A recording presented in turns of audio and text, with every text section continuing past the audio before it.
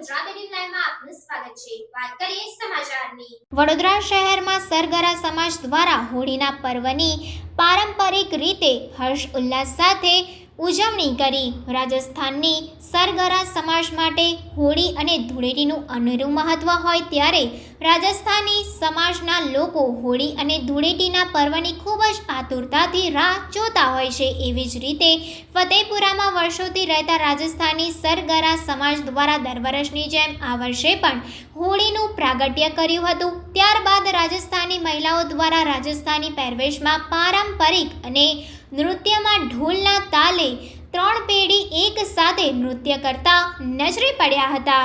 અમે કહીશું કે અમે રાજસ્થાની બધા મારવાડી લોકો છે, સામાજિક માણસ અને સરગરા સમાજના લોકો છે। છેલ્લા 100 વર્ષોથી અમે વડોદરામાં વસીએ છીએ અને હોળી એટલે અમારો ઘણો ખાસ મુખ્ય તહેવાર છે। એ તહેવાર અમે પારંપરિક અને સારી રીતે ઘણી અમે આતુરતાપૂર્વક રાહ જોઈને ઉજવણી કરીએ છીએ। હોળી પ્રગટાયા પછી અમારે રીત રિવાજ પ્રમાણે લેડીઝો છે, જે બહેનો છે, અમારા પારંપરિક રીતનો જો નૃત્ય છે રાજસ્થાની નૃત્ય, એનો એ ગીત ગાઈને રાજસ્થાની ગીતો ગાઈને એ અમને નૃત્ય કરે છે। મારું નામ નીતિન કુમાર રમેશભાઈ મારવાડી।